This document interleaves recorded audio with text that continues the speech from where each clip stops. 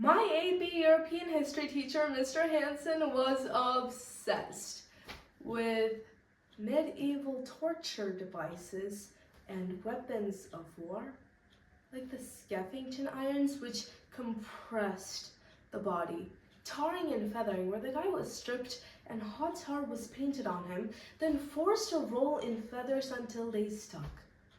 Yikes. Waterboarding, used for interrogation, which creates a sensation of drowning, and his personal favorite, the guillotine, the device that was used to behead Queen Marie Antoinette and Louis XVI. However, there is one weapon of war that has been used in disguise and is currently being used in war zones worldwide. One our South Dakota history standards and school-approved textbooks purposefully left out. One device that Mr. Hansen wouldn't touch with a 10-foot pole. A horrifying strategy of warfare that remains largely unspoken. Rape. This tool of war goes far back in recorded history. Despite its very clear appearance, we choose to turn the page on it, pretending it doesn't exist. It has shaped nations, diminished many of our ancestors' lives, and unlike the Skeffington irons, it continues today. An unspoken reality that history refuses to tell or even acknowledge. So, it is crucial that we confront this in reality. Today, we will first uncover what exactly is rape and how societal and legal perceptions have changed.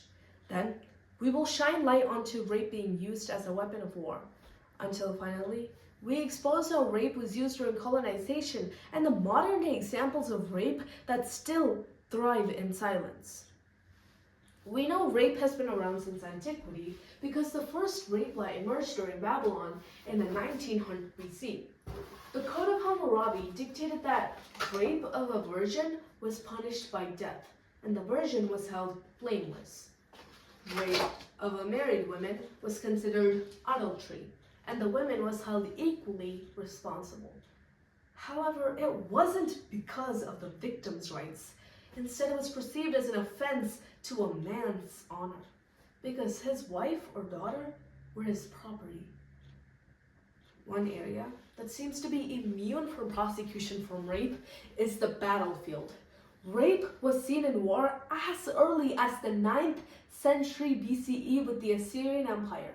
New York Times in 1975 adds, violating women after battle was traditionally justified as the first fruit of victory, with them saying, to the victor belongs the spoils. In modern times, the same philosophy of wartime rape holds true. The Egalitarian in 2024 explains that there are 5 main arguments on why rape is used during war. First is the power argument, which means to win power over someone, a nation, or a group of people. Second is the territory argument, which means to dehumanize people to exert power over their territory. Third is the genetic argument, which means to contaminate the gene pool of the enemy ethnicity.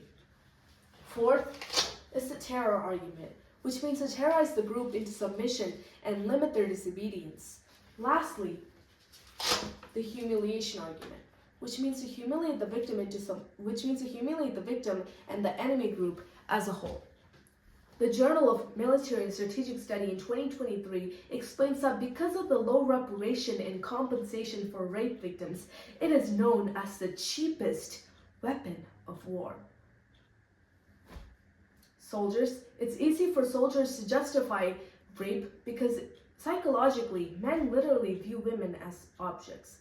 According to an article called Are Women Equivalent to Tools? To him, yes, by Susan Fisk, a psychologist at Princeton University in 2011, researchers used brain scans to show when straight men looked at pictures of women in bikinis, areas of the brain that normally lights up in anticipation of using tools like spanners and screwdrivers were activated. Moreover, the parts of their brain indicating empathy and emotions had shut down. According to the UN, 250,000 women were raped during the 3 months of genocide in Rwanda. More than 50,000 in the civil war in Sierra Leone and 60,000 in the war in Bosnia and Herzegovina. The list goes on and on and on. Most of these cases go unreported. Even if they do report, it wouldn't go far. It took until 1995 for the UN to finally specify that rape by armed groups during wartime is a war crime. My mom was still in high school when rape was legal in war. Yet the crime persists today. Foreign Policy in 2022 explains that 20,000 rapes of Kosovo women were carried out by Serbian soldiers and police during the conflict. But to date, only one has been prosecuted by the court, and it is now on appeal. The prevalence of rape as a tool of war is an issue that is present in our current landscape of global conflicts. In places like Gaza, the issue of rape has been tragically evident. According to CARE, Israeli soldiers and police raped Palestinian detainees and took photos as a way to show dominance and humiliate them. NBC News reports that Hamas is also using these brutal attacks of rape to have power over Israeli women. However, rape wasn't limited to just the wartime victories. Rape became an export to colonization. The Spanish conquistadors sexually exploited indigenous women as a part of their subjugation in native societies in Mexico and Peru. In the American British colonies, rape was illegal but rarely prosecuted. According to Columbia University in 2023, prior to colonization, Native American women were honored and respected in tribal life. But during colonization, rape was used against Native women as a strategy to conquer and overpower. The effect of this act was a significant decline in Native American population. By the year 1900s, there were only 250,000 Native American women alive in the United States. But rape during colonization isn't isolated to just the United States. During India's colonization by the British in the mid-1800s, rape was used against the Indian populace. There would be a tax on lower-class women called the breast tax.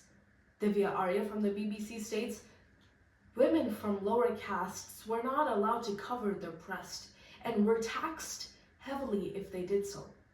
Kolsky from Asian Studies writes about the ignorance of rape cases in India.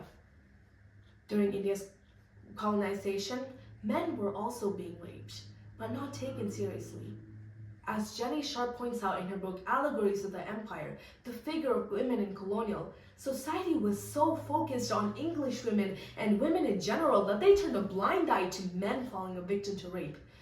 This precedent adds to the shame that is poured onto the victim's family, motivating authorities and families to cover up rape, instead of providing help for the victims and punishment for the attacker. According to the National Library of Medicine in 2022, rape and sexual violence against men and boys have been reported in more than 25 different armed conflicts.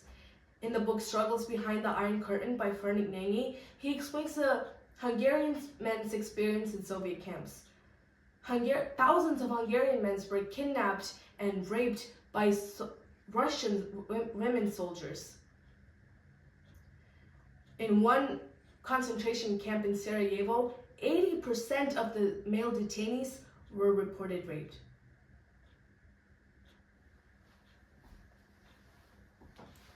These violent histories contributes to our modern day perceptions of men being raped. Today, we first uncovered what exactly is rape and how societal and legal perceptions have changed. Then, we shine light on rape being used as a weapon of war. Until finally, we exposed how rape was used during colonization and the modern day examples of rape that still thrive in silence. While we openly discuss historical torture devices and weapons of war like the Skeffington irons, society continues to disregard rape as a weapon of war, and its effects are minimized. Rape is an ongoing issue. By the time it took me to give this speech, over 100 individuals have been raped. It's time to stop pretending that rape is an issue of the past and make way for the futures the victims deserve.